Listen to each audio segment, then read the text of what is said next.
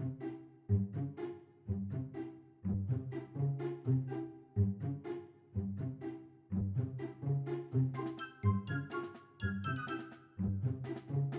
everyone, magluluto po tayo ng adobong manok with potato and sitaw. Okay, yan po sitaw, potato, then chicken with the chicken thigh and legs, garlic, onion, and tomato only.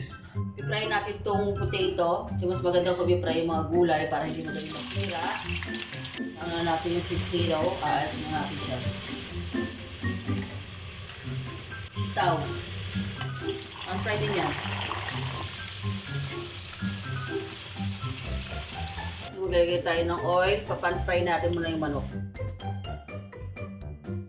Tatawin po natin siya. Maglagay tayo ng bawang. Diyan tayo magluluto kasi manok din naman yung texture dyan. Luyas.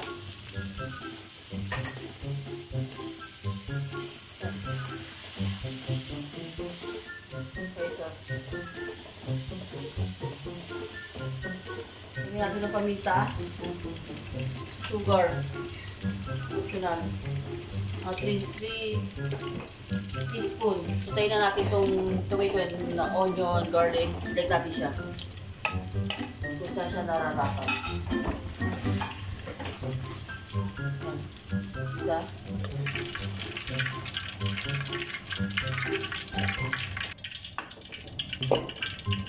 Lagyan natin ng vinegar. Kasi adobo siya, so kailangan ng vinegar. Ang vinegar, tapos oyster sauce, 2 tablespoon. Tapos pakuluin. Steamer. Kasi adobo may sabaw. Gusto ng aking pamilya na may sabaw kasi kala mo laging sa bukid. Huwag po natin ha. Hindi natin ng soy sauce. Okay lang. Pero kung mag-adjust kung gano'n yung kung ano. Pero sa akin okay na to. Para tamis, maasim, maalat. Ito na. Ang plating natin. Adobo. May version of adobo. Ito ay for formality purpose. Para maganda sa thumbnail.